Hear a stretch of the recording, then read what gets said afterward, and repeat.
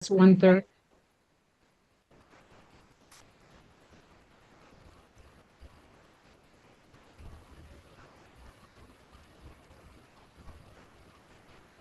Good afternoon, everyone. This is Margie Tatro. We have one little technical difficulty that we're sorting out. Thank you for your patience. We'll begin in a minute here, and thank you again for taking your time to join us.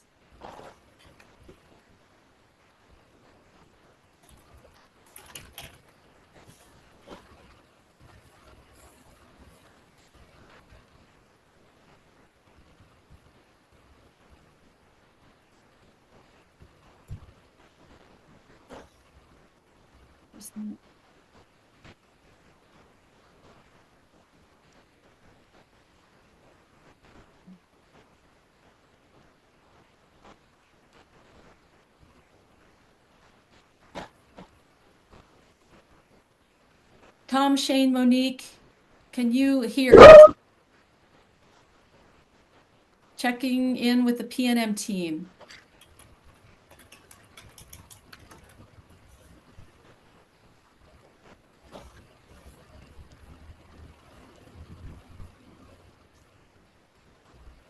George, okay. Tom, yes, we cannot hear you. Kathy, do you have that phone number muted? They need to unmute it from their end. Yeah, Tom, can you unmute the phone audio, please? Uh, Can you hear us now? There Yes, we thank go. you. Perfect. Thank you. We are having all kinds of problems with Zoom. For some reason, it's requiring people to have a Zoom account, which hasn't happened before. Hmm. All And right. Well, they're great. You're connected now. We are recording. Thank you, everyone, for joining us. This is Margie Tatro with my colleagues. Somebody have a question? This is Margie Tatro with GridWorks. Joining me from the GridWorks team, Kathy Boyce and Deborah Shields. And welcome to another conversation about PNM's Integrated Resource Plan for 2026. This office hour is intended to bring people up to speed on some actions that were suggested by stakeholders as a result of the 2023 IRP, and that included several studies that you'll hear more about. So, our plan here, you'll see we are recording this meeting, and all the meeting materials are posted, and others will be posted on the GridWorks website. So welcome, everyone. Next slide shows what our plan is for today. We're really focusing on getting stakeholder and comments and feedback on the three study topics that PNM agreed to follow up on from 2023's IRP. And so the objectives today are to provide stakeholders the opportunity to comment on the three studies of interest to the last round of IRP stakeholders, and to fulfill the commitment by PNM to offer an opportunity for comment as a result of that feedback from 2023's IRP. We've got some great consultants and experts on the phone with us today to explain the three topics, the natural gas price volatility study, and also to additional study results from thermal ELCCs and the energy efficiency DR potential study. These are all important to this current version of the IRP as well. So following this introduction, we will turn the mic over to the Siemens team to present the natural gas price volatility study. We will have question and answer session at that point, which Kathy and myself will facilitate. There will be then after that, the thermal resource ELC study discussion presented by Nick Simmons of PowerGem, and a question and answer session, which will facilitate. Finally, the energy efficiency demand response potential study presented by ICF. Fyong, I think you're here, hopefully. He may be joining us in a few minutes, and they'll present that. We'll have question and answer and summarize and then adjourn. So the next slide, please, Kathy or Deb. Here's our process today. We're going to hear from PNM and their consultants on each of those 3 topics, and then we'll have comments, questions, and discussion following that. We are welcoming anyone who's here from the 2026 IRP stakeholder group, and we also welcome many of the individuals who are part of PNM's Energy Efficiency Working Group. Thank you for all being here. We'd like to ask that everyone who is here today, please use the chat to put your full name and organization, and if you care to share your email address, that as well. We will use the chat log today as our record of attendance, and we're also going to be using the chat for submission of questions and comments that we will then ask people to come on camera and on audio and state their question. But we are using the chat today for both noting who's here and for documenting the great input that many of you will provide through comments and questions on these 3 studies. So with that, the read ahead materials, the presentations, and this recording, as well as the transcript from the chat, will be posted on the gridworks.org website. The 3 topics I mentioned, we'll have question and answer for each session separately. So please hold your questions and comments until the Q&A segment. At that time, we'll ask you to enter your questions in chat, and Kathy and I will use that chat to review questions, and then we'll call on people to ask their questions verbally so that we can have discussion in real time. So we'll let folks finish putting their introductory name and organization, if appropriate, into the chat so that we know who all is here.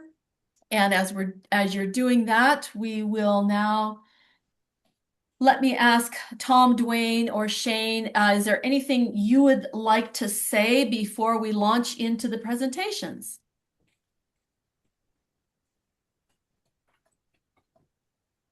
Tom, we're not hearing you. There we go.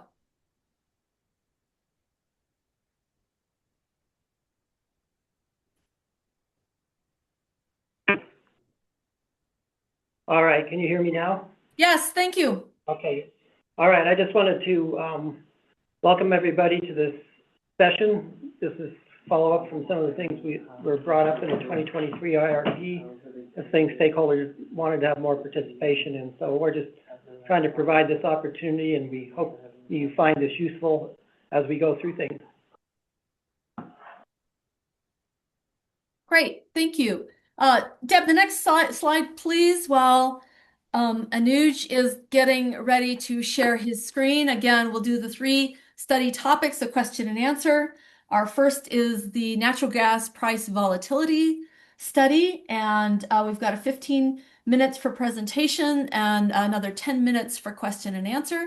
So Anuj from Siemens and your team, would you like to please go ahead and share your slides and begin your presentation? Yep, that'll be me sharing and Anuj doing the conversation. Let me just pull it up.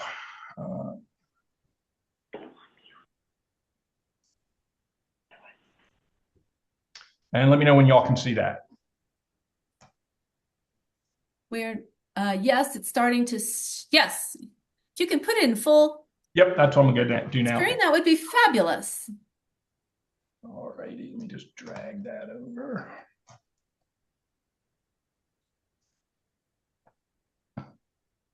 Should be switching, I'm hoping. We see your title slide and your... Okay, did it switch to full screen? Not yet. All right, let me try this. And again, I apologize, I'm not super great with Zoom. That looks great.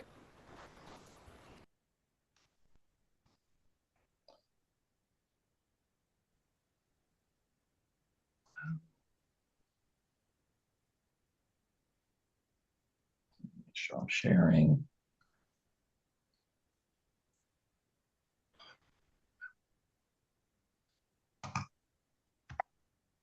Try this one more time.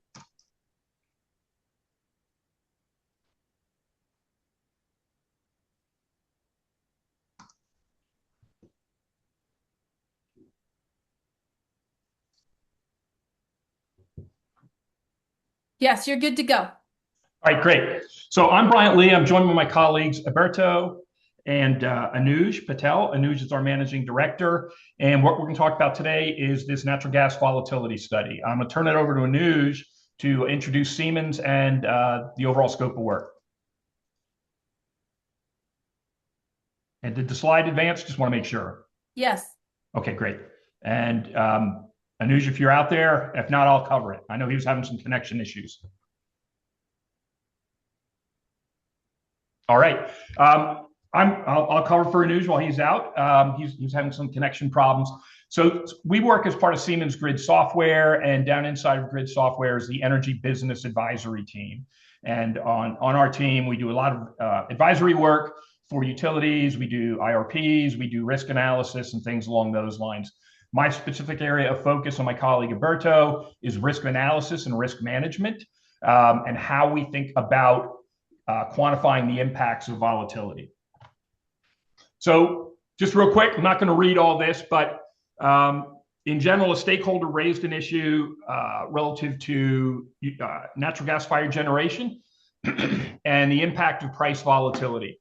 PNM's response was to go ahead and conduct a volatility exposure analysis to determine the magnitude of the risk or the volatility, the impact of volatility on gas prices.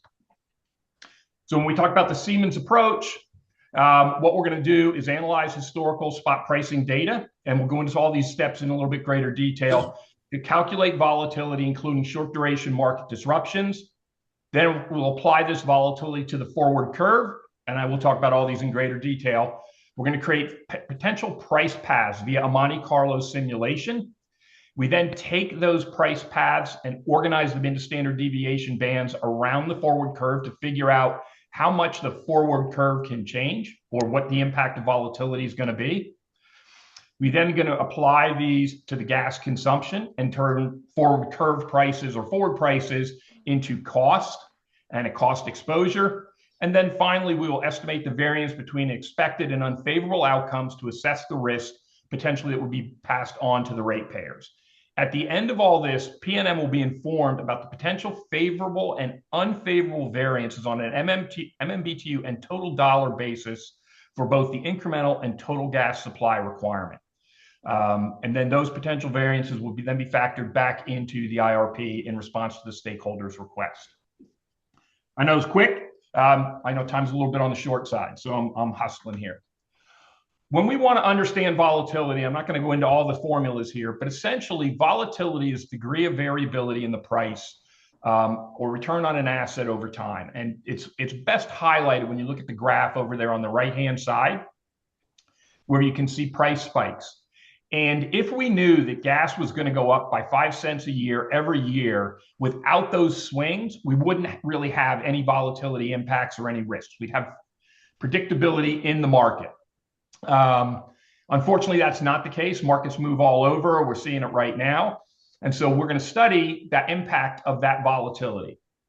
Essentially, what we do, we compute the daily log returns, take the standard deviation, and then multiply that by the square root of 22 to come up with a monthly volatility that then gets applied to a monthly forward price. The forward curve. What this is if you think about the way nat gas trades, it trades by month, by forward month, and you string those forward months together and you get what's known as the forward curve. And this is the price of gas going out into the future. It's a snapshot. It moves all the time. Natural gas has certainly, as a result of the weather, been moving very significantly in the front months, not so much in the long dated months. But you can kind of see that gas hovers around that $4 mark going out into the future. There are two elements to natural gas. There is what's known as delivered price based on Henry Hub, which was the graph we just looked at, and then the locational differential. So from the point, the benchmark at Henry Hub out to the point of consumption. And basis differential is the difference between Henry Hub and the local market. They are usually fairly stable, but as we saw in the earlier graph with the price spikes, they can be impacted significantly by weather, as well as pipeline and disruptions and operational problems on the delivery grid. What we did to come up with the markets that we want to look at, we're going to look at for this analysis, Henry Hub, of course, and then we will evaluate Waha, El Paso San Juan, El Paso Permian, and Houston Ship to give us a very robust look at the basis risk that could impact PNM. I'm going to turn it over to my colleague Alberto now to talk about the simulations themselves. Thanks, Brian. So basically, I'm gonna cover here with the math, not go math heavy. But what we're gonna do is simulating the market, like where the market can go. Alberto, your audio is really it's breaking up. So I think what I'll do is I'll just kind of cover it real quickly.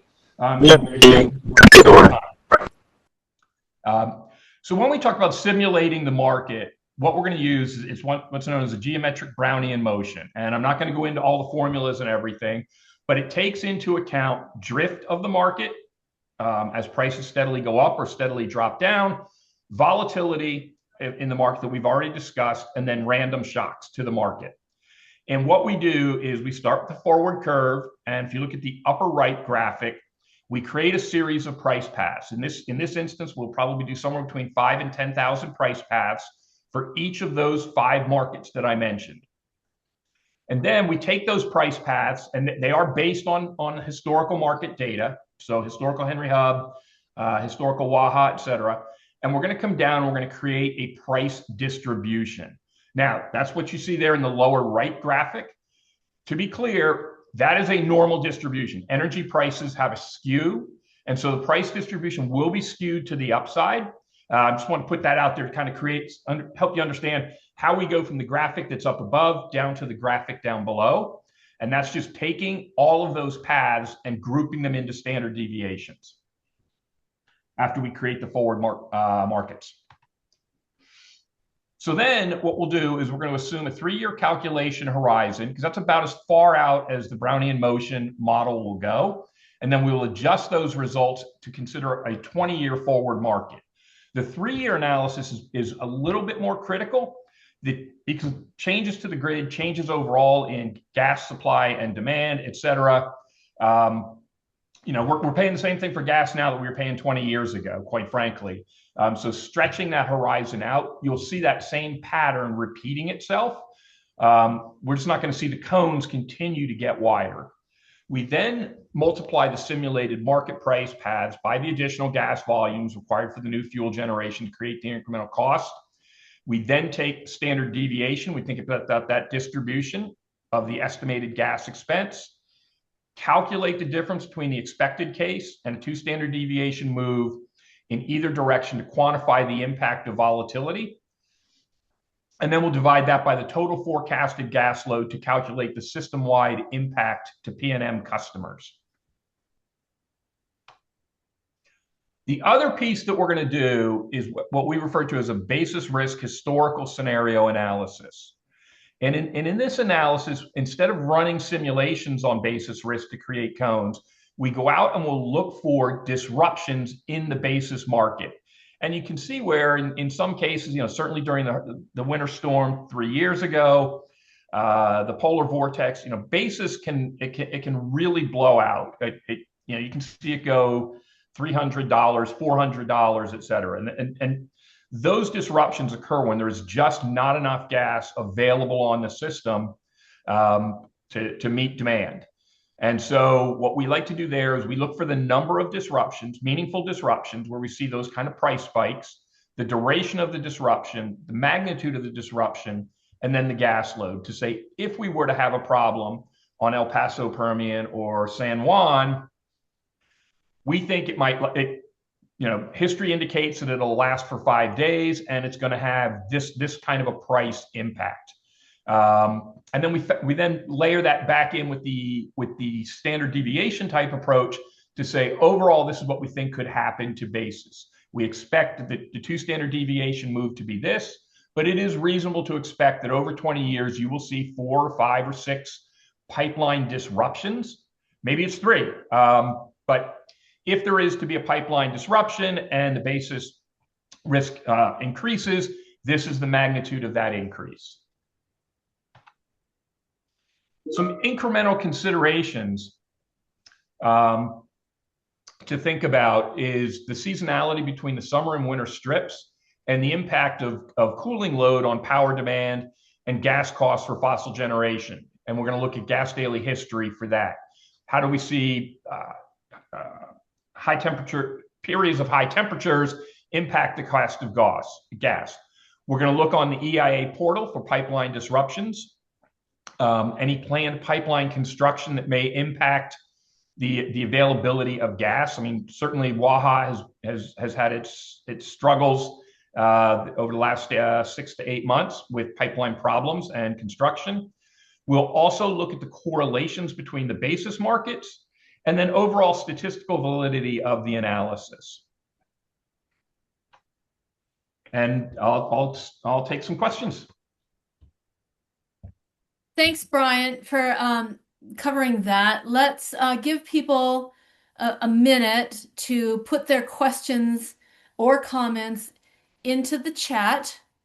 And Kathy and I will watch that for then asking people to come on their audio and state their question. But we'd like to first give people, I'm going to give 30 seconds for people to put any comments or chat or questions into the chat. So if you can stand by for a moment, Brian, Sure. We might need your slides back up. As soon as we've got some questions, Kathy will call on people to state those. While people are putting those in, we'll just wait for a few seconds. Thank you.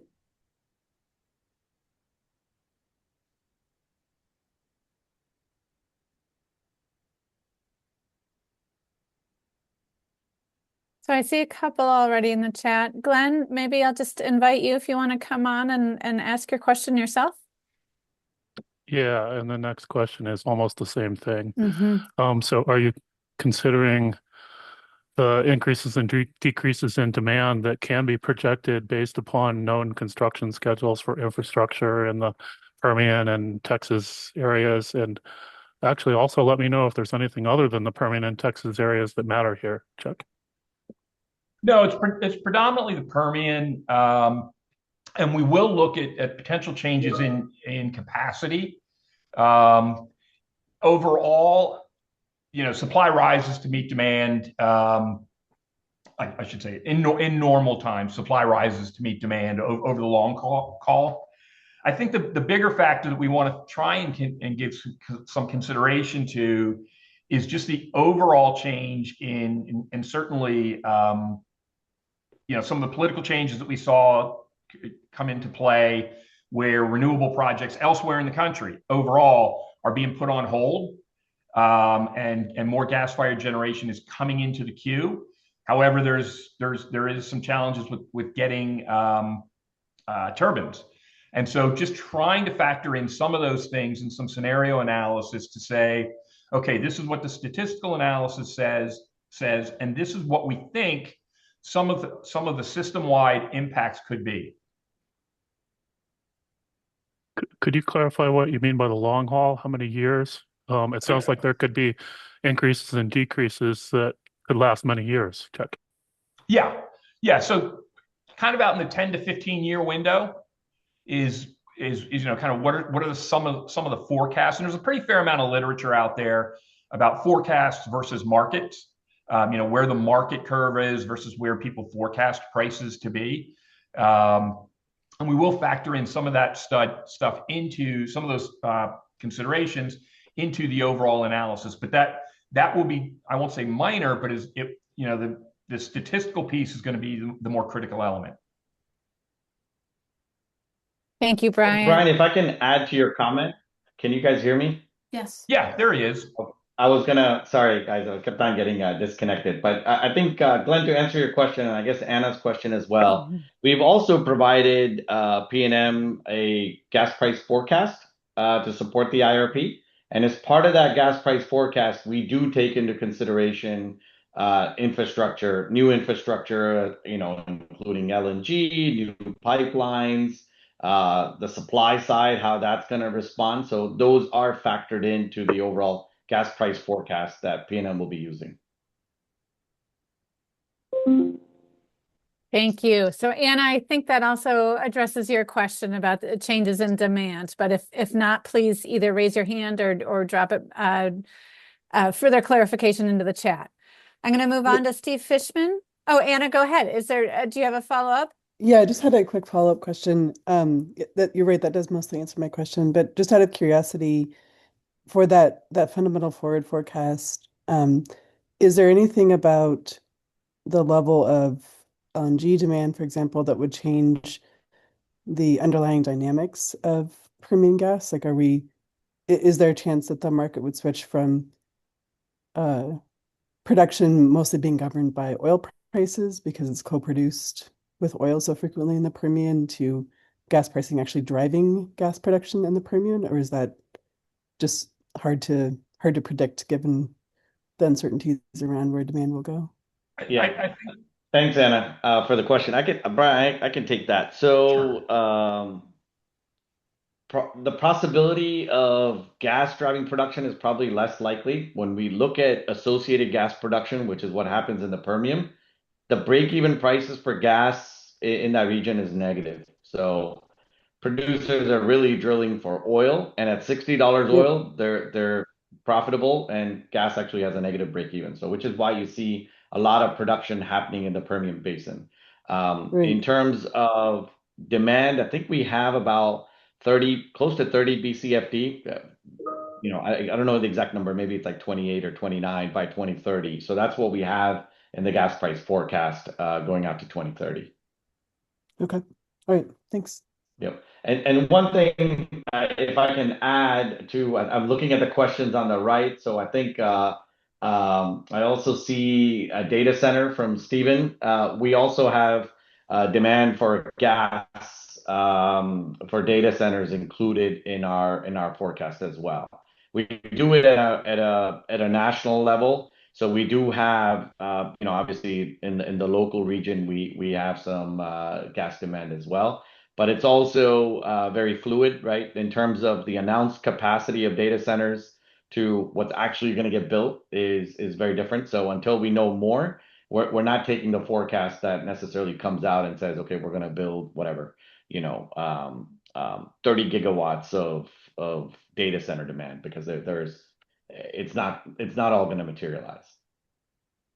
Thank you, Anush. And just to follow, Steve, I had a second question, the historical accuracy of those forecasts. I think that kicks back to you, Brian. Are you talking on the forecasted forward price or on the cone type of analysis? Steve? The forecasted, I'm not quite sure what the difference between the two is. The forecasted forward price and what's I guess you could give me a range of how accurate it is. Accurate, plus or minus 20%, or what is it? What does that look like? Yeah, sure. So what I've graphed it out in the past, essentially, notwithstanding market disruptions, right? So, certainly as an example, if you would run this analysis, 3 months before the Ukraine invasion, a 2 standard deviation move would not have shown you a move up to $9. And we do see market disruption events where it's basically referred to as a black swan, where you see a 4 or 5 or 6 standard deviation move in price, and we saw it we certainly saw it in 2007, 2008. We saw it in 2022. We saw it in 2014, where the markets just absolutely collapsed. But in general, if you take those simulations and you run the forward curve out and you look at a 2 standard deviation move up and a 2 standard deviation move down, notwithstanding market disruption events, major market disruption events, most of the outcomes generally stay within that 2 standard deviation band, up and down. Never perfect, but it's a generally accepted approach to risk quantification and volatility impact analysis. A follow on to that, Bryant, if you might explain, how is inflation accounted for? Inflation on gas? Taking a quote from you, the prices have been about the same as 20 years ago. is that accounting for inflation? No, that's just kind of where we were. Arguably in real dollars, gas is probably cheaper than it was roughly 20, 25 years ago. We were in a, kind of a 350 to 5 market back then. We certainly went up to a $12 market. We've gone as low as 2. So no, that comment did not include the impact of inflation. Okay. Yeah. Thank you. And if I can add to that, part of the reason why we do see lower prices, especially factoring what Brian just said, same prices were kind of what we had 20 years ago. It's because of technology innovation, right? We found shale, where shale is getting better and better, right? Where we're doing more horizontal wells, we're going longer. We have stack plays, so there's a lot of innovation that's gone on in the upstream side. That's one of the reasons why we still kind of see a more resilient natural gas price that is not following inflation, if you will. Thank you. We have one more question in the chat, and then I think we're going to turn to our next presenter. Barbara Chatterjee, if you want to come on and offer your question, please.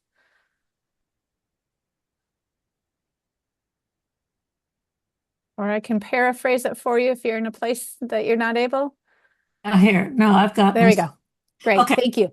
I just wanted to understand how much natural gas capacity PNM has now, or it's just proposed an addition of a new natural gas plant.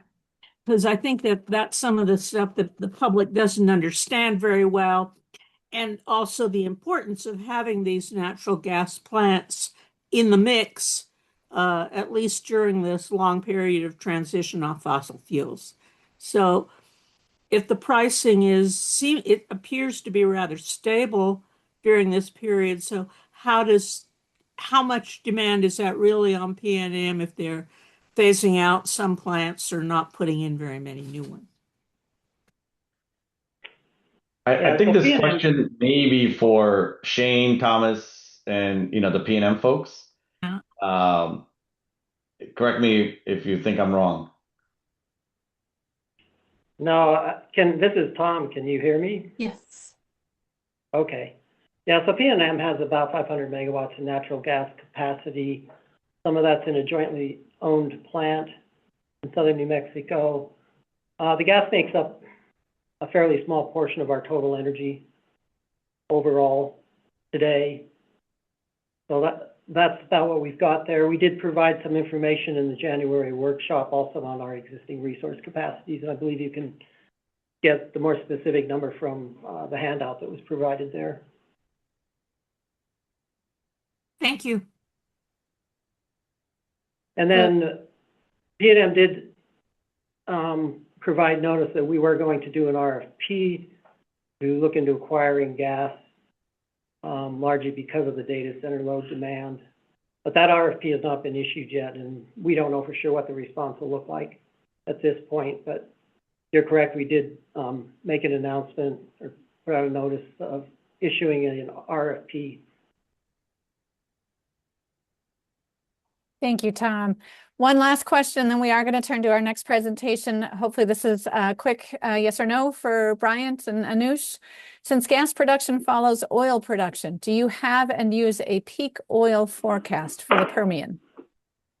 We don't have a peak oil forecast, but as part of our forecasting, based on the latest and greatest information that we have on the supply side, I do think that Permian on the gas side will likely peak somewhere in the 2030s. I don't know the exact date, but call it 2035 for the sake of this argument, where I think production will keep going up and then it will slowly come down. But keep in mind, as we do the forecasting and more information comes out, I think what we did last year or maybe a couple of years ago to now, it's been very resilient. They actually found more oil. Or not more oil, but they were able to produce more. So they're able to kind of push that peak part, if you will, out a few more years than what we had a couple of years. So who knows what that data may look like. But the peak that we're seeing in terms of oil production out of the Permian looks to be somewhere in the 2030s right now. Thank you. Margie? Great. Thank you for the questions. could Let I- me, well, Margie, could before I we, just yeah, ask go a ahead, quick Tom. question? This is Tom. We were wondering if Interwest was on and if they had any questions at this time. They were one of the main commenters about the gas volatility study. So we just want to make sure if they were on that they had their opportunity to ask. Is anyone here from Interwest? We didn't have anyone RSVP, but that doesn't mean I don't see anybody here from Interwest.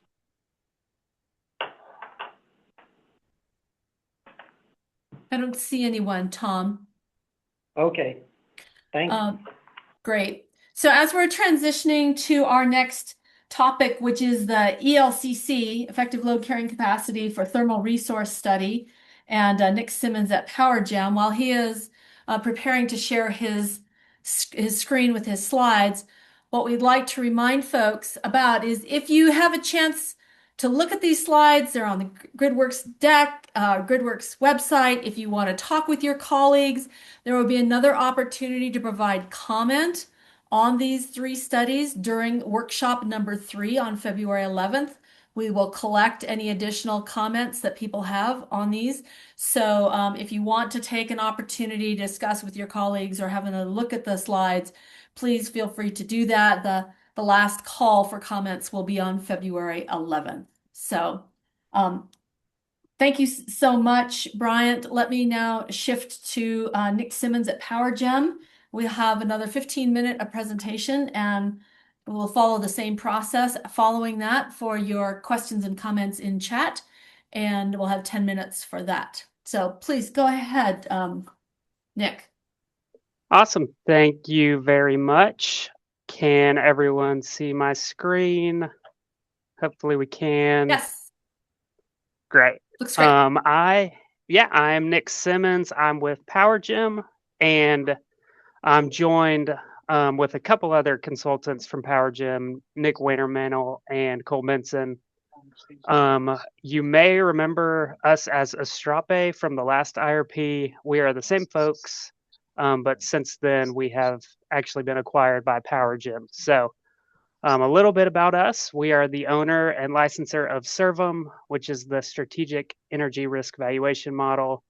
It is a production cost model that allows for full hourly and actually intra-hourly economic commitment and dispatch of the electric grid. And we have done a lot of work with SERVM with PNM, but today's presentation is going to focus on the thermal ELCC work that we are in the middle of and working through for this upcoming IRP. So we can use SERVM for a variety of different applications, loss of load studies, reserve margin studies, and ELCC work, which traditionally we do ELCCs for renewables, storage resources, both existing and future kind of incremental resource build-outs. But this IRP, we are adding that thermal or conventional resource ELCC work. Before we jump into the specific methodology, just a little primer. What is it we're talking about when we say ELCC? We are talking about effective load carrying capability of a resource, which is basically a measure of what is the resource's ability to provide reliable capacity to a system. So if you have a 100 megawatt solar farm, well, it's not all the time providing 100 megawatts of reliable capacity because the sun's not shining in every hour of the day. So we can actually use SERVM, use our model to calculate what is the true reliable capacity that resource is bringing. And the general flow of how we would do that in SERVM is illustrated in this chart, where we would start with a base case at a certain reliability target, which we typically use 0.1 LOLE, which is loss of load expectation. How many days a year would we expect to shed load? Starting with this base case, we could then remove the resource that we're analyzing When we do that, we'll jump from that first point to the second point where LOLE goes up. The system is less reliable. And then we would add back perfect capacity, or put another way, reduce load until we reach point one, or that starting reliability metric again. And that delta from that first point to the third point along the x-axis in this illustration would be the megawatt value of the resource that we're analyzing. So traditionally, that's done with renewable resources and the like. For thermal resources, we can also calculate ELCC, and it's not driven by when the sun is shining, but it's more driven by what is the outage rate of the resource, and are there any other constraints that we model for those thermal units. For PNM and for this analysis, it's pretty much driven by E4, which is the equivalent forced outage rate, although it doesn't exactly match up with what a 1 minus E4 assumption for ELCC would be.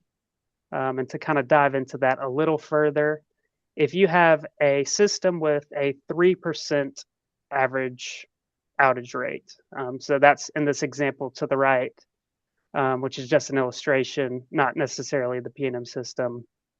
But if you had a system that is 3% on outage across the year, well, the reliability events are not when the system is performing at 3%. So instead of that blue dashed line, if we were at the yellow or red dashed line where we have a lot of units on outage, those are going to be the hours where ELCC those are the hours that drive ELCC. So we're having reliability events not when we're on average outages, but when we are having greater than average outages. And this kind of asymmetric impact often implies that the ELCC of thermal units is not, or is a little bit lower than 1 minus E4. For PNM specifically, we haven't for PNM, we've been given some GADS data, and that's really what drives the brunt of this analysis. And so we take the historical outage data for resources and use that to input into the model to get our outage rates.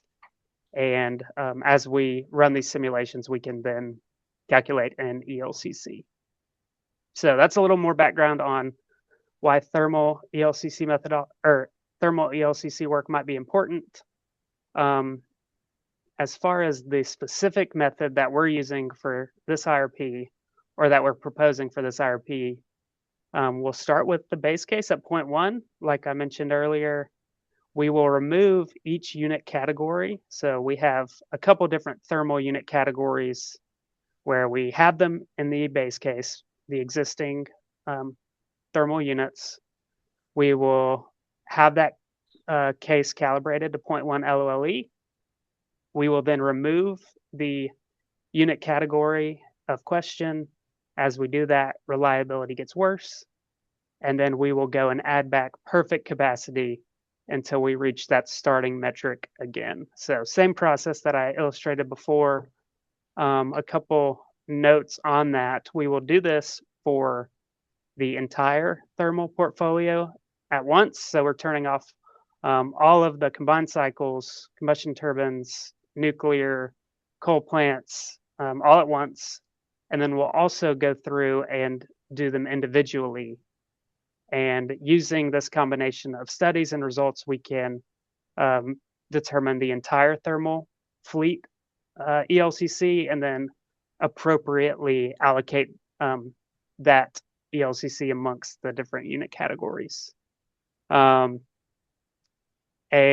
with that, the kind of final result would be simple as this, where we would have the unit categories, how much their installed capacity is, and then what the ELCC would be. We're still in the middle of kind of finalizing what the base case for the IRP ought to be with PNM, so didn't have exact results to show today. but this is what the output of this analysis will be.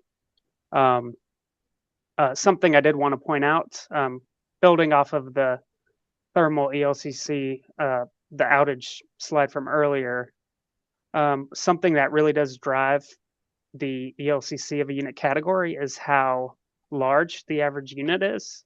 So if you have, for example, that first row, the combined cycle average unit size is about 200, a little over 200 megawatts. That's going to have a little lower ELCC than a comparable portfolio or a comparable unit category if you had dozens of smaller combined cycle units where the outages are actually diversified. So the greater number of units you have, the closer you get to approaching that 1 minus E4, what the ELCC value would be. So wanted to point that out. That is a driver for PNM, what these results are going to look like, not just for PNM, but for any system. But yeah, so that's what the output will be. And with that, that is the presentation. And I guess we can go ahead and open it up for questions. Thank you, Nick. I think that is the shortest presentation I've ever seen on ELCC. So I'm sure there's going to be a lot of questions. I see a couple already starting in the chat, and we appreciate you putting it in there, but I'm also going to invite you to come on and ask them yourselves rather than having me paraphrase. So Anna, if we could turn to you, please. Sure. Hi, Nick. I was just wondering if you're seeing any big differences in the E4 data that you have by unit that would warrant assignment by generator instead of by class average or class type? So basically, if there's kind of an outlier, a unit that's Right. an outlier compared to the Yeah. rest of the fleet, I would say that, well, I don't know if I can go into or what detail PNM would want me to go into on the specific E4s. I think the data we've seen historically matches up with what we would expect different units in that certain category and size to look like. But as far as what qualifies as an outlier, I don't know if I have the ability to speak to. Yeah, Nick, I think I could maybe add to.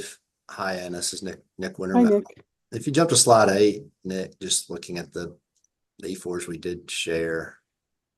Yeah, I mean, generally, we've got the kind of the coal units that have the higher, and PNM can kind of speak to when they would retire and encompass. But since it's just an existing kind of accounting, I'm not sure. I mean, I think where we are is that unit category for the existing fleet is okay. Of course, you've got projected retirements and encompass that will need to be taken into account. Right. You've got That's marginal. what I'm thinking about too, is just like how that would influence their retirement analysis. Right. Yeah, PNM, Shane and Tom, I don't know if you've got anything to add.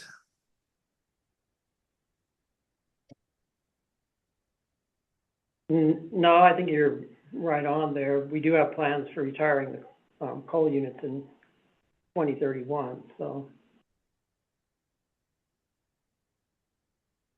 I mean, I think it may be more important to know what, kind of future thermal resources look like. And I haven't seen any of that data, but kind of assuming they're in the, I don't know, 1 to 6% forced outage rate. I mean, I guess to the extent we see bigger variances than that, maybe it makes sense to be more specific. Yeah. So for a study year where you wouldn't have Four Corners anymore, what you're thinking, Nick, is that it wouldn't matter. That wouldn't have a big influence on the ELCC of new gas, for example, because you'd have a pretty narrow range of E4 for those new units anyway. So they'd have a pretty high ELCC. That's right. Yeah, I think, I think you're dead on there. Okay. What is being looked at for the future thermal resources. Yep. Okay. No, that's helpful. Thanks for walking And through Anna, that. just had a question for you. Are you focusing on a certain category of thermal resources in your questioning? Well, I'll be totally frank, we don't usually see ELCC tables for thermal resources, so I'm still trying to think through how this would influence the Encompass simulations. But I remember from your 2019 San Juan case that the presence of or the decision around what E4 you modeled for Four Corners had a big impact on the rest of the model. And that was primarily from a PRM standpoint, which makes sense, but I'm trying to think through whether that would matter on an ELCC basis. But if the if you just if your other units are broadly available, maybe that doesn't really matter. And if Four Corners is planning to be retired in 2031, then maybe it doesn't matter either, what ELCC gets assigned, because that wouldn't be the determiner of whether it's retired or not. So yeah, just sort of thinking through as we're talking about this, like what the implications of this might be. Thank you, Okay. Anna. Tom, unless you have something to respond, I'll keep us moving. No, I don't have anything right now. Okay. Thanks, Anna. I'm going to pull from the chat again. Somebody asking to go back to one of the earlier slides to just repeat, if you would, please. How are you using the capacity weighted E4? Yeah, I guess specifically adding to my question that I'm typing here is that wouldn't the size of the unit and just the typical outage rate already have an impact on the ELCC? Like, why is E4 weighted by its capacity? Yeah, thanks, Anthony. I think here it's just to summarize the unit category. And so these ELCC values are a result of each unit category, what units make it up, what are their outage rates. And so that's a product of that. And here we're I kind of gotcha. summarizing Okay. what the class average ELCC would be. Okay. Yep. All right. I'm tracking now. That's what I get for having to step away during the Great. presentation. I'm glad.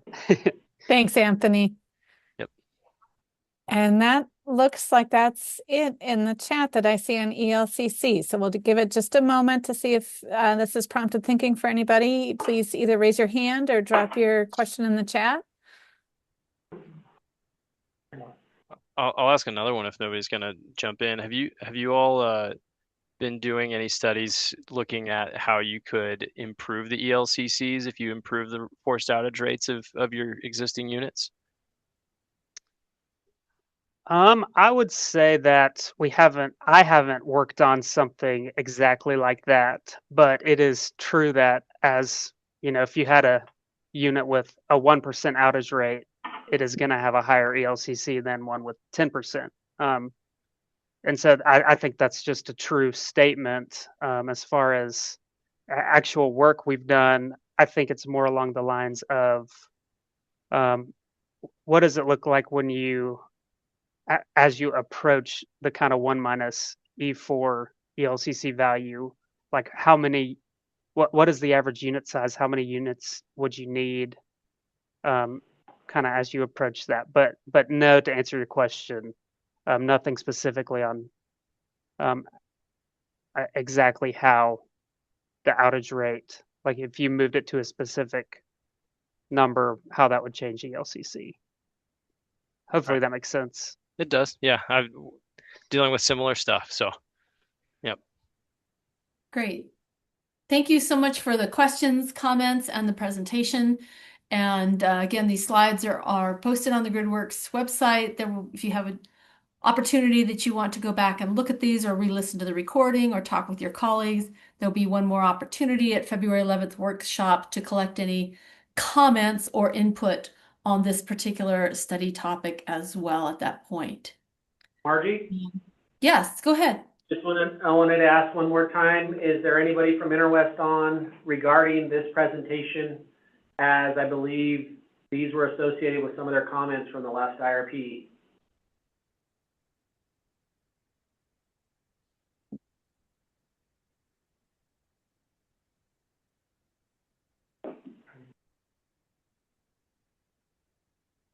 Okay, thank you. Thanks, Tom. Thanks for asking. Our final study topic is energy efficiency demand response potential study. And we've got some subject matter experts from ICF to present that topic. I think, Fong, are you going to be the lead presenter and will you be sharing slides? Or Eli? I'm going to kick things off. Fong is going to share the slides. Can you hear me okay? Yes, I can. Thanks, Eli. Okay. Fong, are you able to pull up the slides? Yeah, can you All see right. that? Can everybody see the slides? Looks great. Great. Well, thanks everybody for having us this afternoon. I'm Eli Morris, Senior Director at ICF. Maybe if you can just go to the next slide, Fong. We wanted to start with some introductions, so I'll just introduce the team here who will be sharing the material about the energy efficiency and demand response potential study we performed for PNM. Joined today by Fong Nguyen, who was the project manager and led the energy efficiency analysis, and Tommy Williams, who led the demand response analysis. So we're going to give an overview of the potential study, very high level summary of results. I saw the potential studies also posted with very detailed information in the report you can look at. We're going to talk about how we bundle those resources, energy efficiency resources, for incorporation into PNM's IRP, and then also give an overview of the demand response potential study. And then just ask that we hold Q&A till the end. I think that's the plan. We'll make sure we have sufficient time to answer any questions. We'll try to get through all the material first. So with that, I'm going to turn it over to Fong. Thanks, Eli. Can you hear me? Yes. Making Yes. sure. Okay. So for the energy efficiency potential, this slide describes the methodology that we use for the potential study. And so for this analysis, we use the bottom-up approach, starting with the market characterization. Here's where we characterize the sector-level electricity use in the study's base year, which for this study we grounded in 2024, which was the last full year of data. And we do this for the residential, commercial, and industrial sectors. So we use PNM sales and load data, and we also performed the customer survey for the residential sector for this study as well. And we used a variety of regional and federal resources to round out that market characterization that we do. And then next is we defined and characterized a comprehensive list of energy efficiency or energy conservation measures using PNM program data, other regional sources, and our own emerging technology research. And for these measures, we gather data on savings, costs, and lifetimes, and the applicability of those measures to the market. So we cast a wide net to get as many measures into the potential study that is relevant as possible.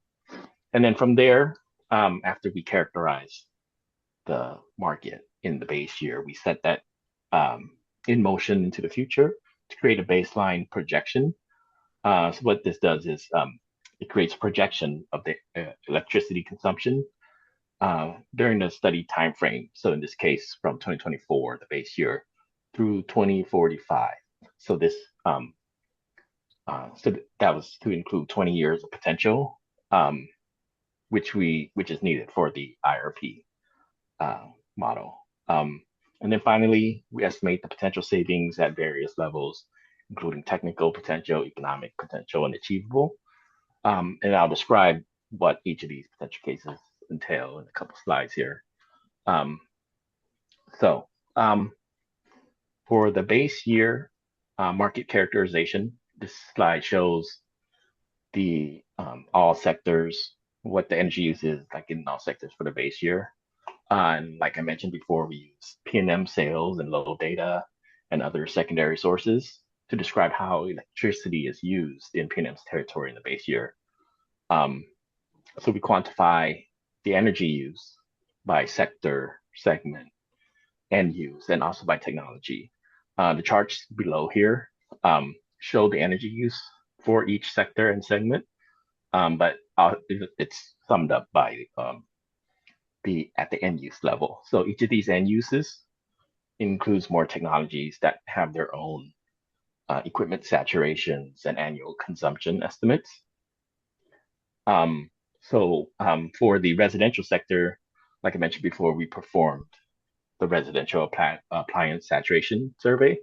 So we use that data to inform technology saturations in that sector, such as how many customers indicated whether they have a central AC versus room AC or heat pumps, and then, or like how many customers have clothes washers and dryers in their home, or how many TVs or laptops or desktop computers they have in their home on average. So we used all that data in the residential sector, and then we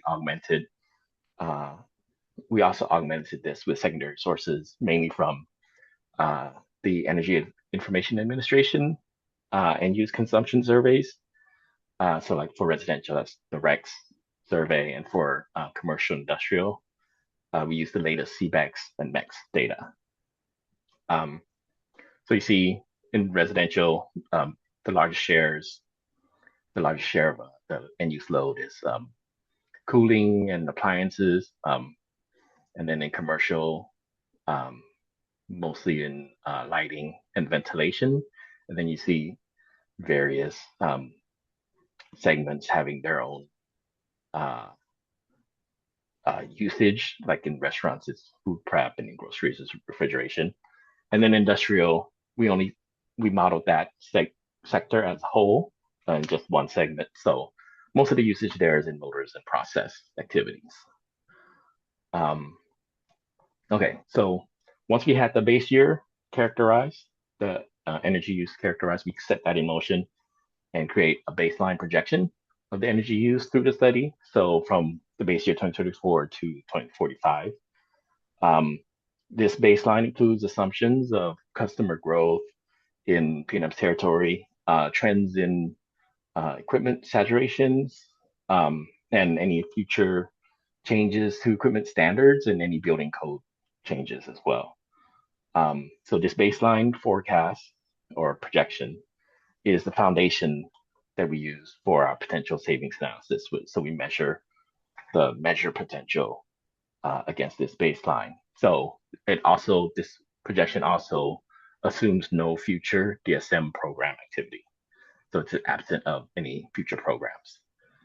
And overall, the forecast shows like a strong growth in electricity use, increasing by about 15% by the end of the study. And this is mostly driven by adoption of electric vehicles and customer growth in the territory. Okay. So this slide defines the different levels of EE potential that we calculated. So we'll start with the top one here is technical potential. This is the theoretical upper limit of EE potential. So it assumes customers who adopt all feasible measures regardless of their cost.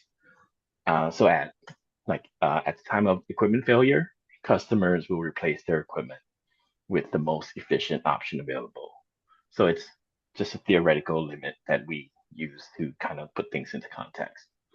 The next level of potential we calculate is economic potential. And this screens the E measures for cost effectiveness based on the utility cost test. So we compare the lifetime energy benefits to the cost of delivering the measure through a utility program. And since we're using UCT, the cost is the incentive paid by the utility for the measure and any administrative costs to deliver and implement the program. Next is this achievable potential, which refines the economic potential by applying customer adoption rates. And these adoption rates account for any market barriers, customer awareness and attitudes, and program maturity to reflect customer participation in the territory. Another subset of that is program potential, which adjusts the customer adoption rates to reflect like increase program activities by PNM to reach the required statutory goals, which the next one is 2030. And then the last one here that we describe, it's not on the chart, but it's achievable technical potential. And it applies the customer adoption rates that we use in the achievable potential to the theoretical technical potential. So we don't screen for cost effectiveness in this case. And this case we calculate so that we can use to provide the inputs for the IRP, which I'll describe in a few slides here. Okay. So this slide is a high-level look at the EE potential results for all sectors combined through the 20-year study period. So you can see here savings for each level of potential at various times in the study period. The achievable potential reaches a little over 1,000 gigawatt hours by 2045, the end of the study, which is close to 10.5% of the baseline usage at that point. And this comes out to about 0.5% savings per year compared to the baseline. So this is what, and it's typical of what we usually see in these studies. The chart here on the right shows the forecast consumption for each potential case. So this difference between this red line, which is our baseline projection, and these other lines is the savings potential for each case. So this theoretical orange technical potential, if everybody did all measures, then it would reduce the baseline usage by 27%. And you see program achievable and program potential also on here, pretty close together. This is another high-level slide that shows the savings broken out by sector for the 20-year study period. So the achievable potential, the commercial sector has the most savings, highest portion of savings by the in every year, but by 2030, which is the statutory period, then at the statutory period, it reflects that 5% savings relative to the 2025 sales. So, yeah, most of the savings are in commercial and residential sectors. That's the high-level savings that go into our EE resource bundling. So this slide is a summary of our methodology, and next couple of slides will go into a little bit more detail. But we start by, for the IRP bundling, we start by estimating the achievable technical potential, which I described earlier. We just apply the customer adoption rates to the technical potential, and without considering any cost effectiveness.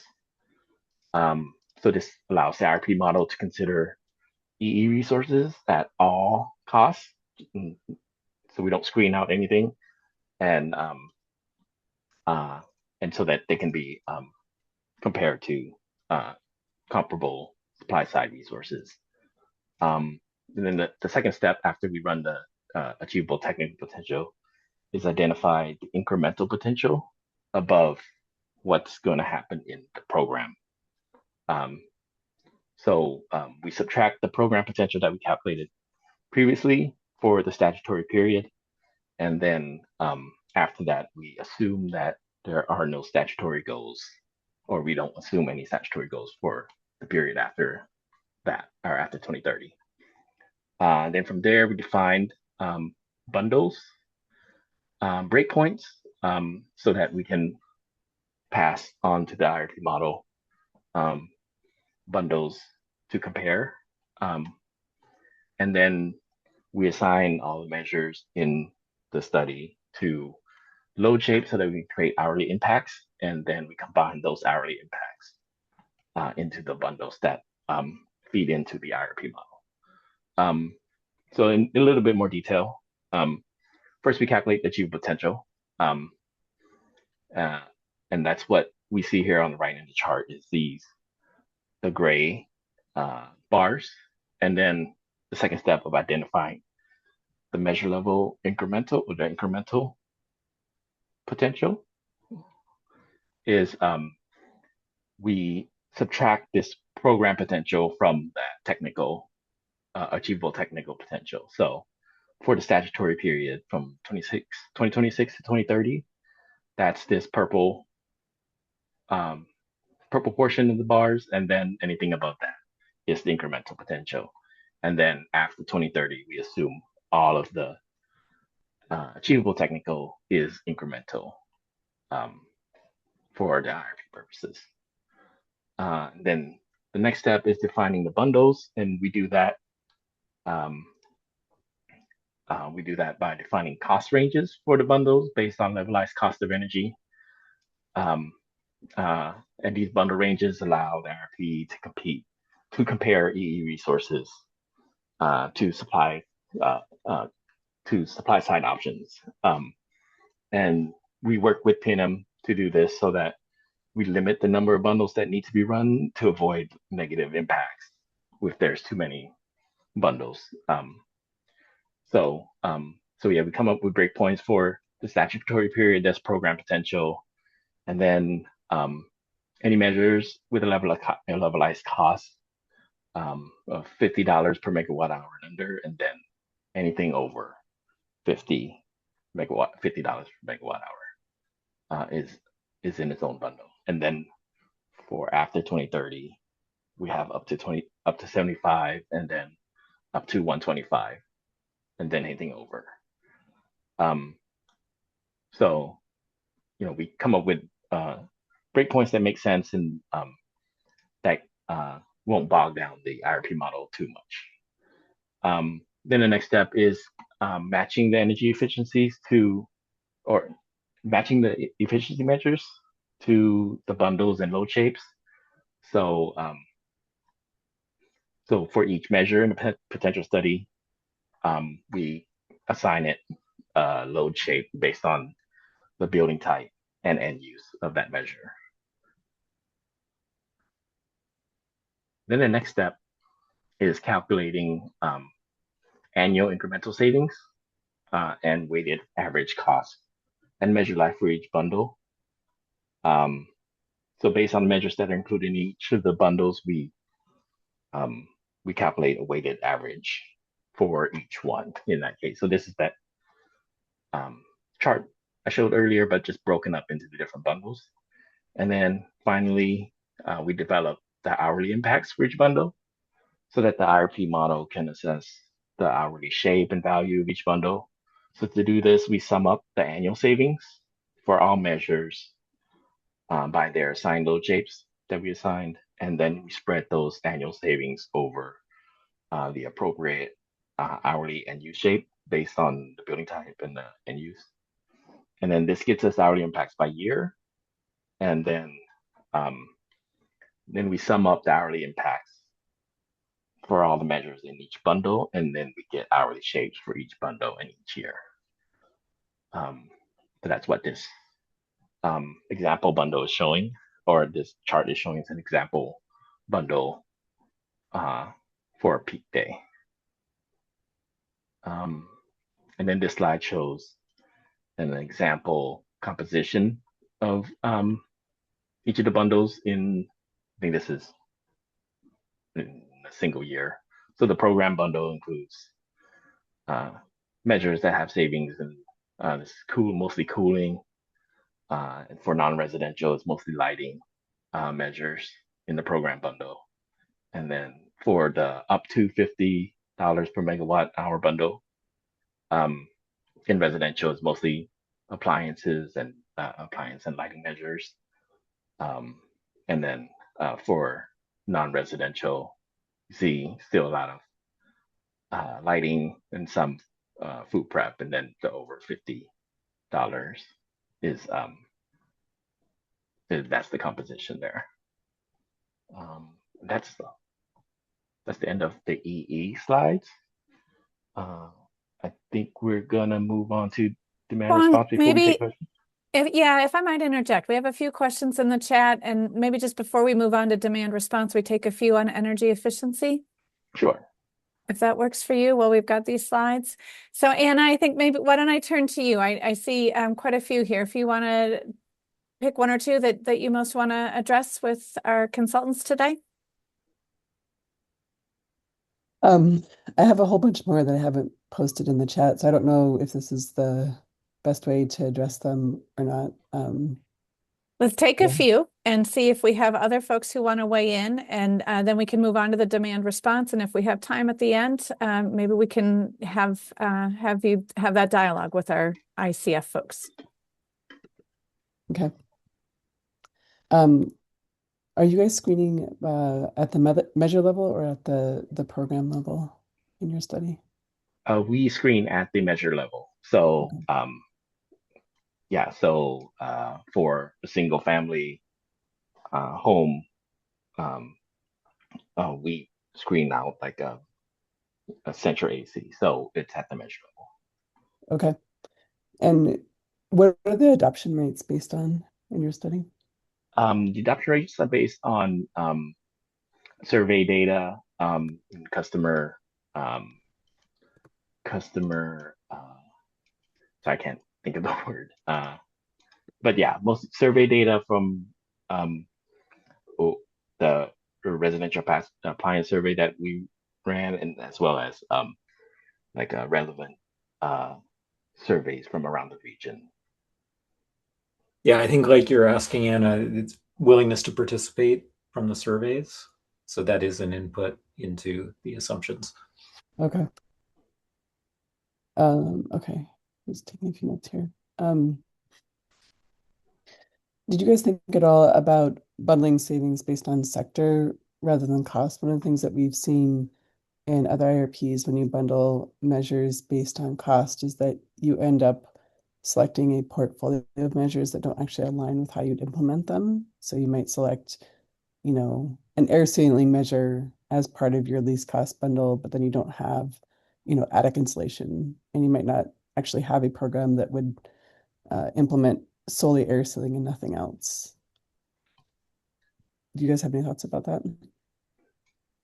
We did think about that. So we've helped PNM implement this methodology for a few cycles now. And so that is one of the things we thought about. We did want to, there are some limitations in terms of the number of bundles that we could model within the IRP. So that was one of the guiding principles we had for when we were designing these bundles. So we did try to lump similar measures together in terms of how their impacts would come about. So that's shaping and defining those that were more peak focused, but we didn't try to develop actual programs to feed into the IRP. So you have bundles that are both defined by cost as well as by shape. So you might have one that's has more peak impacts and is under $50 a megawatt hour, and one that is over $50 a megawatt hour and also has peak impacts. Is that what you're saying? Yes. If you go back a couple of slides, Fong.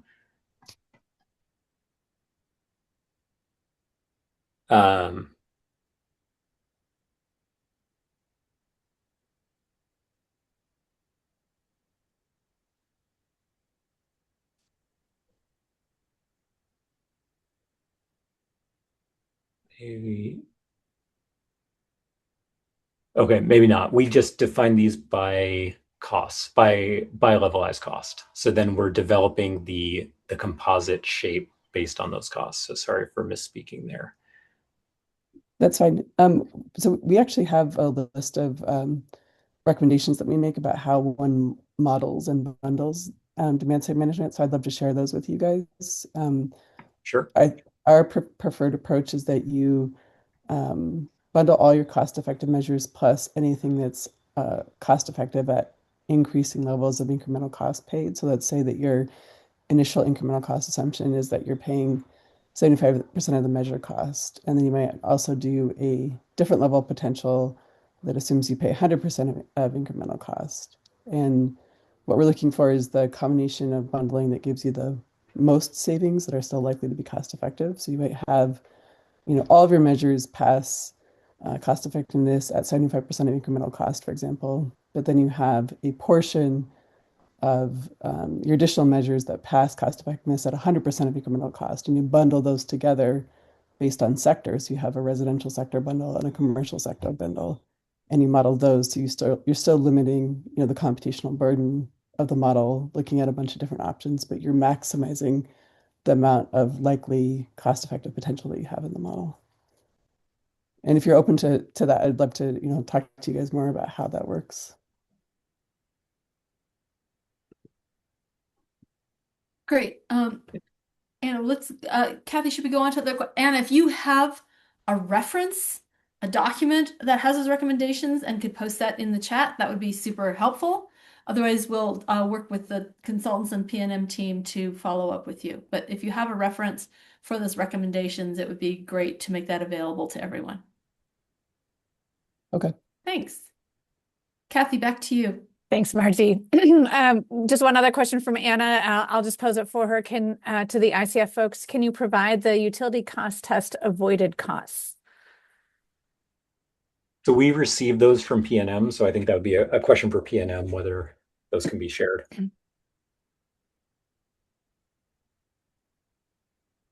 Tom, Shane? Monique? This is Alex. We provided those in our last EE plan filing, so they're public records, so I don't see why we couldn't share them. Alex, could you help us navigate that? Maybe we can post it onto the website so it's or into the share file that is intended, so that the venue, I guess it is, so folks have that easily accessible. Yeah, I'll coordinate with you about how to post that. Will do. Yep, and Anna will let you know once that's available. Okay, we have 2 more questions posted here in the chat, and then we're going to move on to the demand response. So Glenn has a question about the bundles. How do they show up in capacity expansion modeling? Why would such an optimization not select that bundle? So I can start in terms of how we've constructed the bundles, and you can kind of see it here that we are looking at different levels of costs. So we're bundling very expensive measures together. So the optimization model is then looking at that compared to other supply side alternatives. And it may say that the energy efficiency is just more expensive than other ways to serve load. So I think that's the short answer of just why we're doing this bundling and why a bundle might not be selected. But I don't know if there's anything from the PNM side to add in terms of how it's actually showing up in the capacity expansion modeling.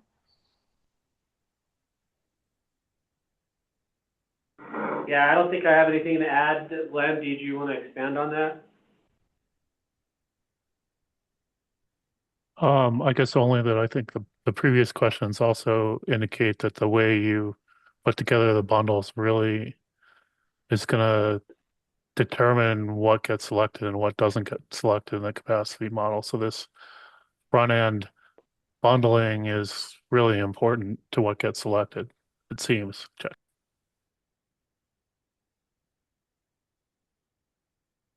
Thank you, Glenn. Last one here I'm going to take from Steve Fishman. Levelized costs typically refer to supply side generation. How are transmission and distribution savings incorporated into the energy efficiency analysis?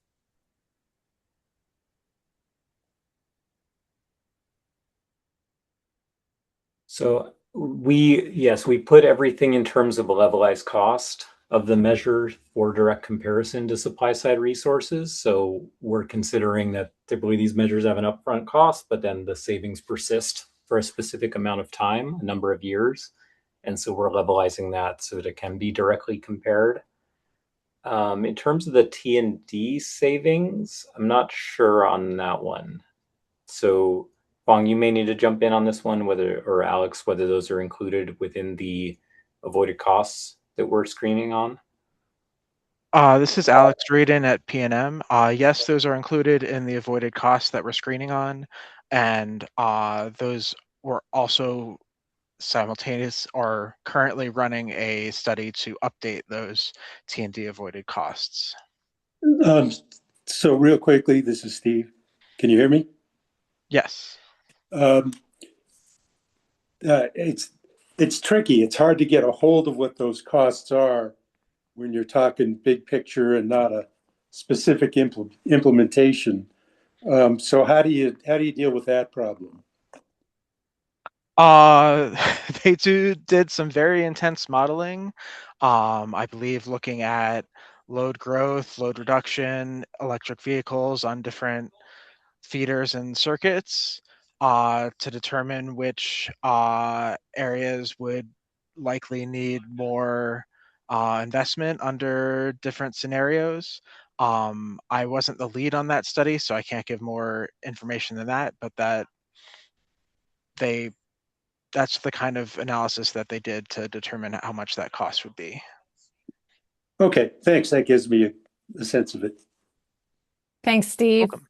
Thank you. All right, Anna, I do see you have several other questions in the chat. We're going to table those for right now just to make sure that we get to the demand response material. And if we have time at the end of the office hour, we might come back or we will capture them for the notes. So with that, I'll hand it back to the ICF folks.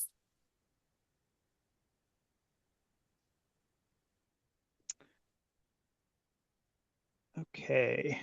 Hello, my name is Tommy Williams. I ran the demand response potential study along with Fong and Eli.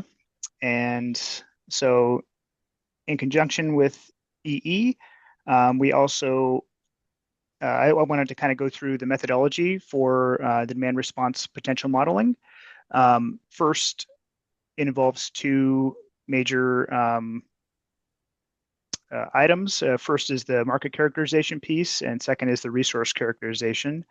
The market characterization, here we kind of define the classes by size and sector.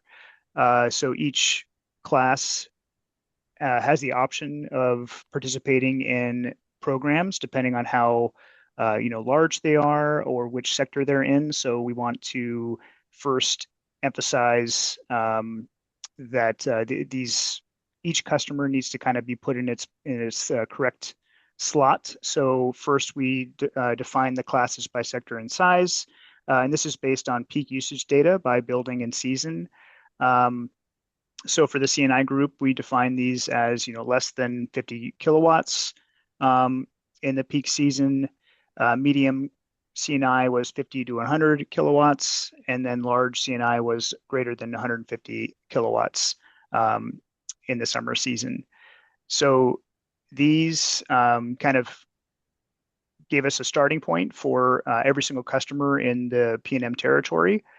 And then we kind of looked at the resource characterization portion. For the market characterization, we also leveraged the saturation rates, and these were supplied by the EE team on their side. So by equipment type, we have a forecasted value for each equipment type that is used for each program that we ran potential on. So these saturations are important to define the eligible customer list for each program that we're looking at. Next was the resource characterization. We work closely with PNM here to develop a program list. We characterize the programs with the most up-to-date and accurate information around the country based on other programs that are run around the country, annual reports, and other studies. For the existing programs, Peak and Power Saver, we calibrated the base year to match the current program results and outcomes, and then we used, per PNM's guidance, we projected these out according to future expectations of these programs. For the baseline projection piece, we used the EE baseline forecasts by sector based on achievable EE potential. So Fong went through a couple of different options of potential, and we used the kind of the last one that they projected out, which is the achievable energy efficiency potential for the baseline for demand response. This accounts for interactions with EE potential for those programs and measures, and eliminates the double counting effect of energy efficiency and demand response when they're used in conjunction. So we kind of take what EE already decremented and then used it for demand response. And then we go into the potential estimation as the final piece. We run two potential estimations. One is a standalone option, and the other is an integrated option. For the standalone option, each program is treated as if it's in a vacuum, and it has no other interactive effects with other programs. And the interactive effect, integrated case is where it's a scenario where we simulate the program potential as if programs are run simultaneously. So if they're competing for a technology resource and both use a HVAC or central AC, for instance, for a switch or smart thermostat program, we only allow one to take the eligible participants, and then the other takes the remainder of those in a hierarchical fashion.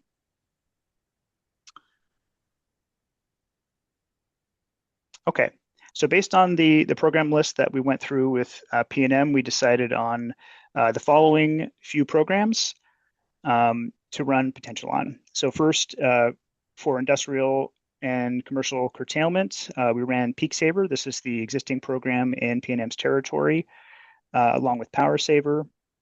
For DLC options, we ran a electric vehicle behavioral charge management program, battery energy storage, Power Saver. This is a combo of two types, thermostats and a switch program in one across multiple classes, and domestic hot water heater and grid interactive hot water heater programs. For the last piece, for time varying rates and behavioral, we used electric vehicle TOU, behavioral demand response, and time of day rates. We did consider two other programs, peak time rebate and critical peak pricing, but these were screened out due to feasibility with the PNM's current billing system. But we may refer back to these in future studies.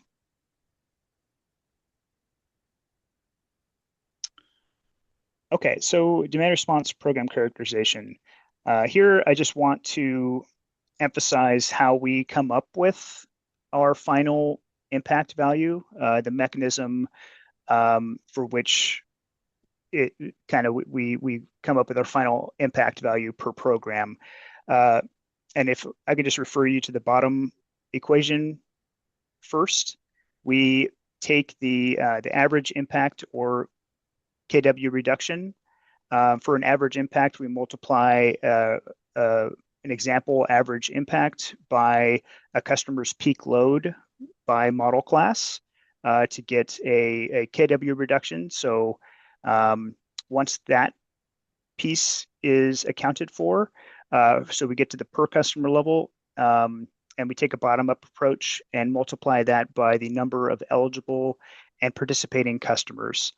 So we apply a participation rate based on other programs run around the country and use that against the eligible participation list, which is essentially the total number of customers in a given model class. So C&I by size and residential, and but it's the saturation rate of that model class forms the eligible participant pool. Those factors combine to form the average or the aggregate demand response program impact. So for each of those pieces, we, for participation rates, customer impacts, and programmatic costs, we get these from various programs run around the country and various studies, and hone in on the most applicable and best case scenario for each program to define these programs and projections.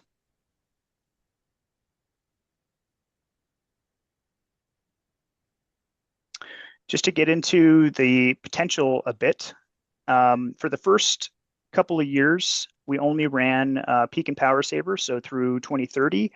It was only peak and power saver for the existing programs. We expected that it would take a bit of time to ramp up other programs. So we kind of run those as is, and then starting in 2031, we allow other programs to start ramping up that run the potential study. So you see kind of in that first set of years up through 2030, it's about the same percentage savings opportunities, and then it starts to ramp up a bit, just to show you what the graph is telling us in both summer and winter potential. So by the end of the study, we're projecting about 5 to 6% of projected summer and winter peak demand could be curtailed using demand response programs. The majority of this is peak and power saver, as we'll see in the next slide.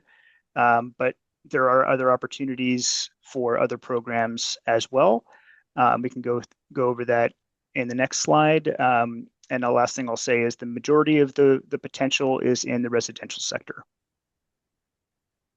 around 70%. So for the demand response potential by program, I went through the program list, and here is kind of the final outcome of those. So as you can see in those first couple of years, 26, 27, we see that it's only peak and power saver, as I mentioned, and then it starts to ramp up with other programs. By the end of the forecast horizon, we're projecting that electric vehicle direct charge management program will be kind of one of the main contributors to PNM service territory as far as demand response potential is concerned.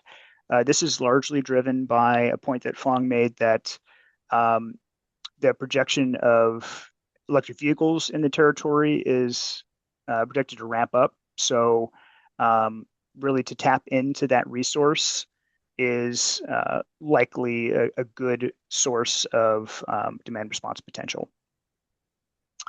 I'll also point out that we ran an electric vehicle time of use program you see in yellow there. This, by way of the same logic, is going to be another big hitter for potential outcomes for potential in the future. And two other ones are time of day in green and behavioral are the other two main contributors. I think behavioral is about 4. I don't want to give numbers here, but yeah. So those are some of the main hitters there, and this is what we found for both summer and winter. Thank you, Tommy. I think we're going to open it up to questions here, and I'll wait as questions come in the chat, or feel free to raise your hand. I actually am going to start with a question that we had at workshop number 2. Several folks at that station for demand response and energy efficiency were asking, what are the time of use and time of day assumptions and impacts on load forecasts?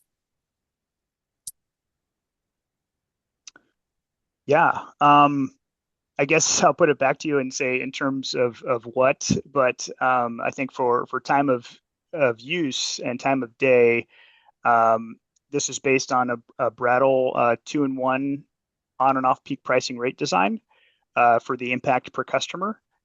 And for the steady state participation rate, we use the Northwest Power Council time of use participation rate for an opt-out customer. And I think the other part of that question was electric vehicle time of use. Time of use and time of day. And I wonder actually if it isn't a rate design question, maybe PNM. Is there somebody that can tell us what does time of use and time of day look like for rate design from the options for PNM?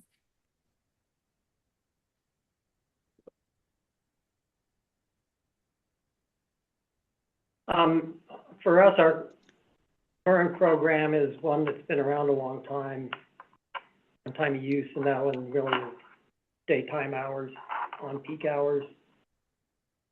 And then time of day, I don't know, maybe ICF can help answer where they're making a distinction there between those two terms, but I kind of use them interchangeably. I would say I would agree with that and say they're virtually synonymous. It's just a naming convention on the two. It really Uh, depends when you lower or have the price increases. Go ahead.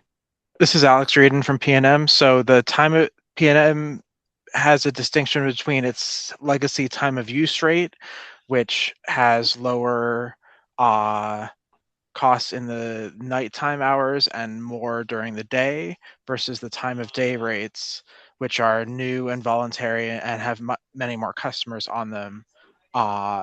Those have a peak period in the evening, lower costs at night, and even lower costs during the day for commercial customers. So I believe that that's the one that we modeled as the time of day rate, or that's what I had in mind as the time of day program here. Thank you, Alex. And I see a link there, Stephen Jenkins. Thank you. That spells out the time of day rate. That's, I think, what we were looking for. So thank you. Jim Desjardins, I'm going to turn to you with a question, and I do see a couple coming in the chat, so I will turn to that after Jim. Go ahead. Great, thank you very much. I have a couple questions, and one may be from the last speakers, but there was a projection that the growth was going to increase 15% by 2045, which, if I do my math, I think that's less than 2% per year. It just seems a little low, especially with all the discussion about large loads, and I was just wanting to get a little response to that.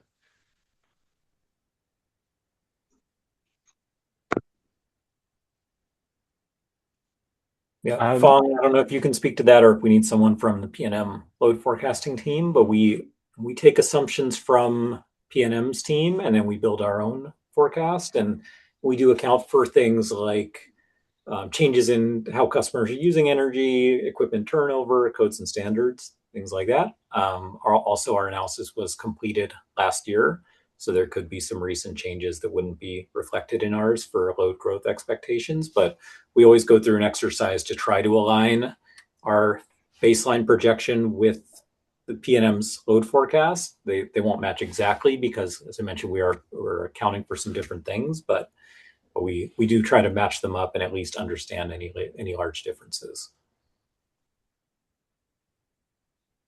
Thank you. One other quick question. I got another one, but I'll just have one.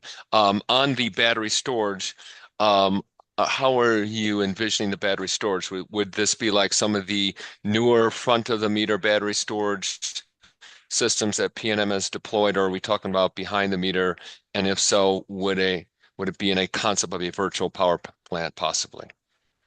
I think we were thinking of front of the meter for this study. Okay, thank you. And on the similar theme, unless Jim, did you have a follow-up? I want to be respectful of other people's questions, so I'll say that one. But thank you very much. Okay, thanks, Jim. Similarly, a question in the chat, how does behind the meter rooftop solar affect demand response, and how is it accounted for in the DR modeling?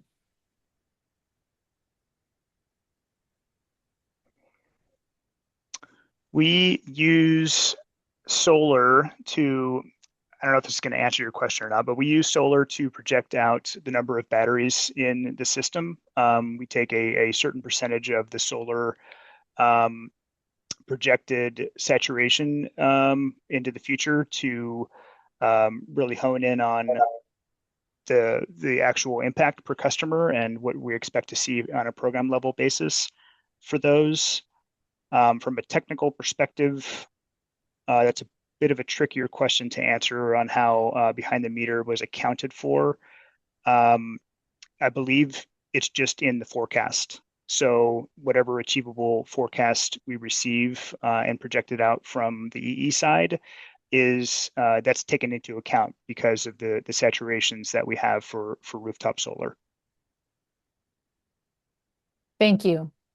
Bruno, any follow-up to that?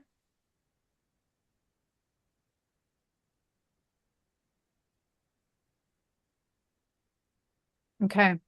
I'm going to take us back to electric vehicles and the EV demand modeling. Is it predicated on replicating current EV owners' behavior, i.e. people who are more likely to have home charging access, high flexibility, and multi-vehicle households compared to modeling attributes associated with later adopters? This is taken from, I think it's both, because it's really targeting all EV customers, no matter if they're early or late adopters to this, and forming a straight average for what's most likely to happen with a large scale EV program. So it's really combining the two and projecting out based on outcomes from other programs that have been implemented and projected out using PNM's territory structure. Thank you. Bruno, I see a response here in the chat. I'm going to invite you to elaborate here. If we didn't answer what you needed on rooftop solar, if you want to come off mute and ask your follow-up questions. Yeah, can you hear me? Yes, go ahead. Thank you. My only question was, like, folks like me that have rooftop solar basically are already meeting a significant part of our load every day, independent of the grid. And as a matter of fact, we then produce electricity that goes into the grid. And I'm wondering, in particular, what I'm thinking about is the time of use rates, whether those are impacted, whether those in the future will impact the possibility of rooftop solar, or can you elaborate on that, if there is any? Fong or Eli, do you want to speak to that? Yeah, so we didn't look at rooftop solar explicitly in the demand response analysis other than what Tommy mentioned for battery adoption, because it is, like you say, it modifies the load at the home and what PNM has to serve. And then we look at dispatchable options or non-dispatchable options for serving that load or for reducing peak demand. There could be an interaction with time of use rates depending on how net metering and time of use or time of day go together. So that could affect the customer economics based on what those rates look like. But we weren't looking at the impact of solar adoption on the time of use, on participation in time of use rates or time of day rates as part of this study. Okay, thank you. Thank you, Bruno. I'm going to go back to the chat. Glenn had a question.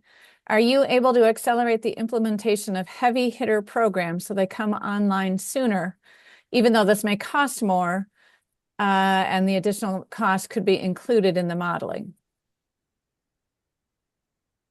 Based on the modeling that we did, projections for each program can be front-loaded or back-loaded depending on when we think is the most likely outcome for when these need to come online.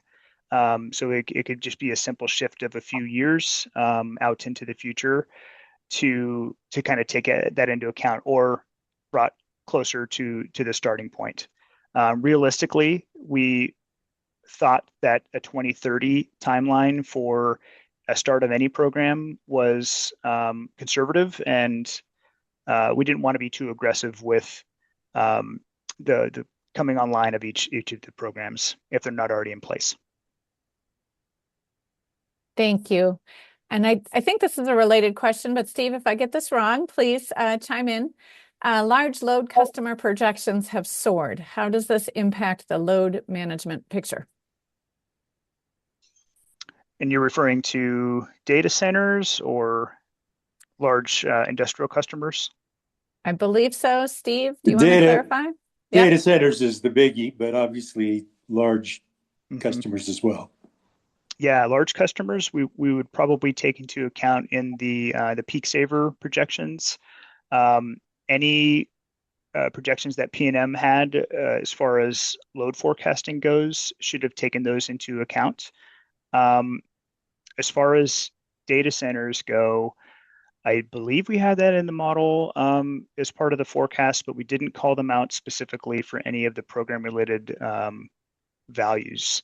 So I also believe that data centers are tough to add to a DR program. I have not seen any demand response programs related to data centers yet. but remains to be seen. Yeah, I would say that's a big question, with all these analyses right now is data centers' ability and willingness to participate in these programs. And I'd also note that often these large loads and the contracts agreements with the utilities sometimes have a provision for interruption. And we want to make sure not to double count those impacts of what might come through be already reflected as part of those agreements, and then what might be available from a broad demand response type program. I guess my main comment here would be that the loads are so large potentially for the data centers that even minor demand reductions can be significant for the system. Mm-hmm. So that it's, I would just say it's not something we should give up on. Yeah. And we should always have incentives for those data centers, and it might be time of day costs or whatever. If they can't shave loads now, pricing should incent them to be able to shave loads in the future and develop those capabilities. So that's I my absolutely comment agree. there.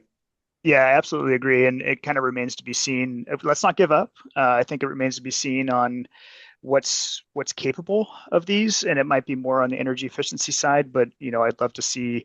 I don't know if they can be shut down for any given number of hours, or what processes would actually be shut down for a data center, or if there's more efficient cooling mechanisms that they can use for these. But I think we're in a point where a lot of that needs to be thought out a little bit more. Yeah, and I'll note that even though we're looking at a 20-year projection here, we refresh these studies regularly, and it's a great point that it's just something we'll need to keep looking at. And as the industry gains more experience with the rapid scaling of data centers and their ability or willingness to participate in these programs, it's certainly something that can be reflected over time. Thanks. Thank you. All right, I'm going to take just a clarification from the chat, and then Margie, I'll hand it back to you to close this out. Clarification on the battery, a statement that front of the meter, if that is correct, that the ICF folks that you looked at front of the meter batteries, why is the saturation based upon the amount of customer solar that is deployed?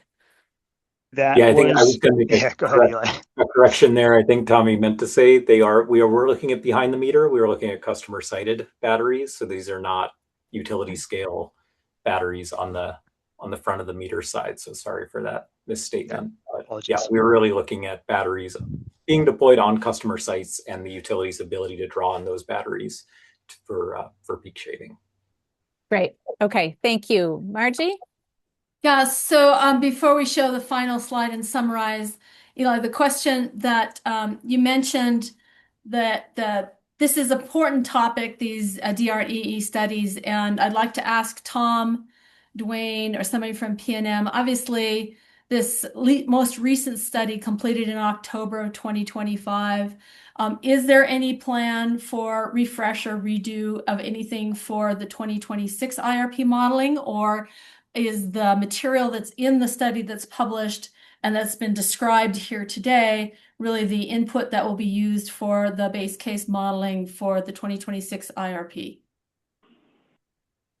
I think it's more of the latter. We will be using it to help put together the programs and stuff that'll get modeled into the IRP. We're certainly open to other input, but that is PNM source right now, so we would be using that. And As far as the question on data centers, we've got some other work going on to try to get our hands around some of that, and what kind of flexibility might come along with some of these more recent type data centers we've seen. Right now, we only have one large customer in that category, and it would probably be something that would have to be negotiated directly with them rather than a DR program. But it's certainly on the radar, the large customers out there. Great. And then I just had one other thing. One of the stakeholders that was most interested in this subject last time around was CCAE, and we just want to be sure they've had an opportunity to ask their questions. I don't see anybody from CCAE. I'm here on behalf of CCAE, so I'll take this back to them. Okay, thank you. Thank you, Anna. Great, thank you. And of course, this is a topic that's of interest to a lot of people. So those of you who are part of PNM's EE working group, I'm sure going to continue these conversations going forward. So thanks for being here. Deb, if you'd please show slide 5. Thank you. So we mentioned this recording will be posted on the GridWorks website. We also are going to post the chat because there are some references in there. The questions are great, and then you can connect questions with answers that you've heard verbally from the team here today. The next workshop of the IRP stakeholder group is on February 11th via Zoom, and the focus is going to be on modeling, specifically topics of inputs, assumptions, futures, scenarios, and sensitivities being examined by PNM, any nodal analysis, insights, and dialogue on overall modeling topics.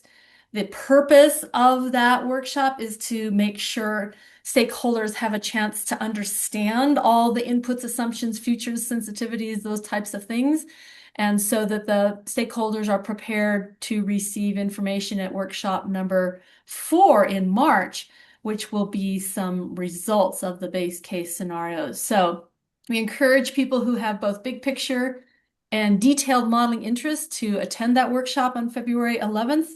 There will be some read-ahead materials and more announcements coming out.